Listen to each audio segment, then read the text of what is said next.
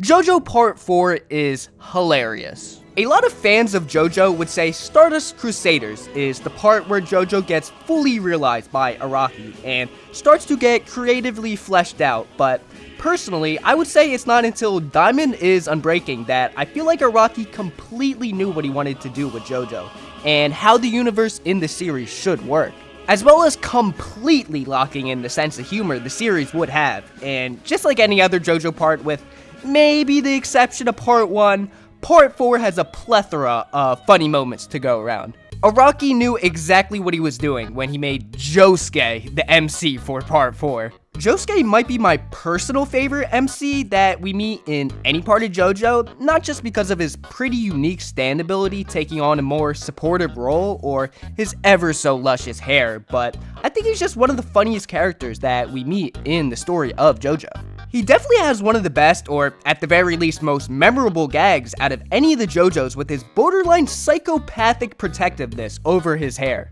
Like, you could kill this man's whole family right in front of him and he wouldn't bat an eye, but if you dare go as far to even recommend he use a tiny bit less hairspray in the morning so the people around him can actually breathe, you better be able to throw hands like Mike fucking Tyson and Punch Out, and even he couldn't compete with Josuke's wrath over insulting his mane. This guy definitely has a few screws loose, the type of person you'd hide your kids around, but it seems like he wasn't always like that. We meet Josuke in his first appearance as actually kind of a nerd, taking shit from some of his classmates and them fucking around with his pet turtle. He just sits there and takes their shit like a wimp, and he just kind of seemed like a pushover when we first meet him. That is, until one of the kids makes the mistake of making a not so flattering comment on Josuke's hair, and then in an instant, in classic Walter White style, he breaks the bad all over the place. Senpai.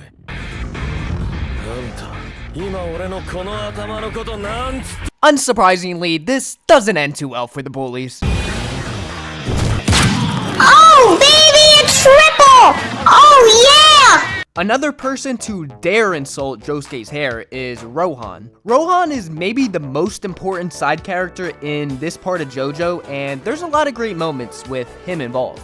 Rohan is a very famous manga artist in Moria and is known by many, with his manga being very well liked by the people there. At first glance, he seems just like a hardworking young manga artist chasing his dreams, but just like any other JoJo character, he definitely has a bizarre side.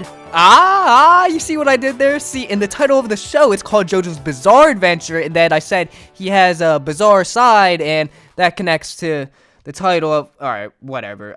Still to this day, I think his stand is just fucking weird, turning people into books and shit, and reading people's past.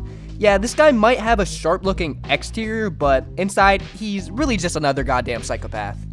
There's one really great episode where the two psychopaths of Part 4, Rohan and Josuke, have a dice game that the stakes get set to fucking 1,000 in just a few rolls. See, Josuke came to the table with an ace up his sleeve, and the intuition to play a little dirty. Josuke is using weighted dice to scam Rohan and make a couple of easy bucks, treating him like he's some kind of chump. But Josuke should know better than that.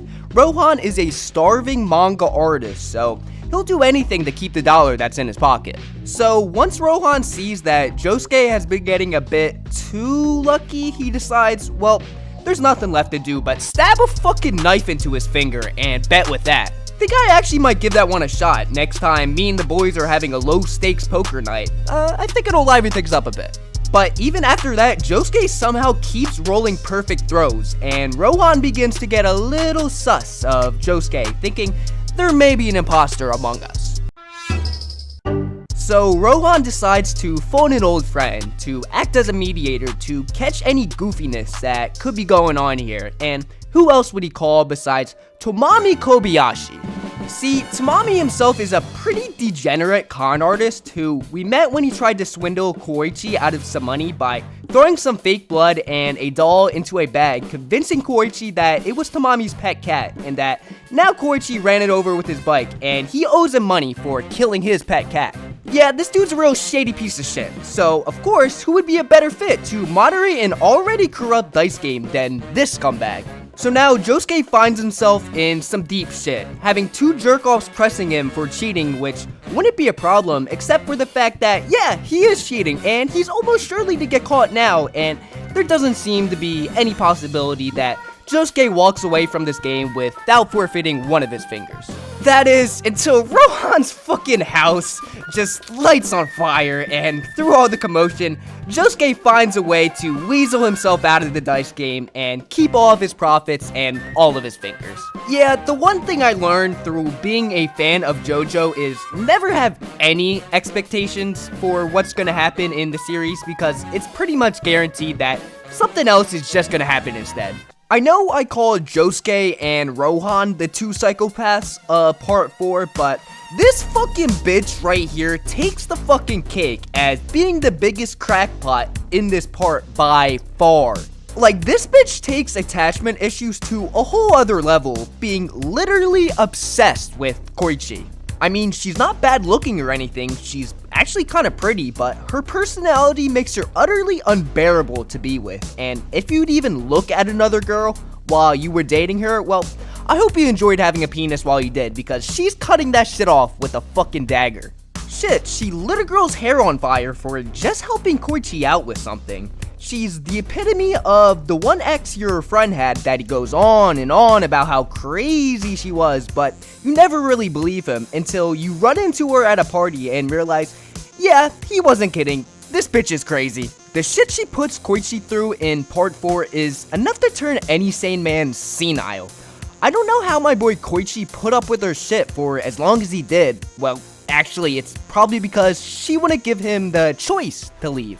They start off as just being friends with each other and eventually progress into a full-on relationship, and that's when, once in the relationship, Yukako starts to have a few tics. She's a very sweet and loving girlfriend most of the time, but if Koichi ever says or does anything she doesn't want him to, no matter how minor it is, she completely loses her shit and lashes out on him, showing off her crackhead side. And this crackhead side of her evolves into eventually being the only side of her, and she even goes as far to kidnap and lock Koichi in some remote house and torture him. She attempts to brainwash him into reciprocating all of her personal feelings, as well as forcefully training him into fitting in idealized pictures she has set out for him. Even when Koichi tries to escape, she goes completely berserk and is willing to hurt or even kill him in order to keep him all for herself. This bitch's insane love for her mans makes Romeo and Juliet's relationship seem like some elementary school shit. She is eventually defeated, and Koichi actually isn't as spiteful to her as you think he would be, but I'm sure my boy Koichi took a little break from the dating game for a while after her. Now, somebody I definitely have to mention, and a fan favorite character from this part in JoJo that I'm sure most of you are wondering why I still haven't mentioned yet, is Shigechi. This tubby little bastard had me cracking up on my first watch through of JoJo, and I gotta say, him as a character still holds up, and he was just as funny on the rewatch. He's a bit of a slowpoke, but damn, he sure knows how to rake in the coin, so Josuke and Okayasu befriend him to make some much needed financial gains from him because they're both pretty broke at this point in the story. Shigetsu agrees to pay them half of their earnings for their help in collecting the money, and at first he's all in, just happy to be having any friends at all, but that's until they start earning the big bucks and Shigetsu conveniently forgets their agreement twice. This rightfully pisses Josuke and Okayasu off. Like, what? Did he seriously think they were hanging around him just to be friends? Nah, fuck that, we want the money. 大したことしなかったんだから。友達としてのオラからの情けだ。They then have a huge chase and a really well thought out fight that I enjoyed a lot. Definitely a highlight of this part of JoJo, but the battle then ends with Shigechi being killed tragically.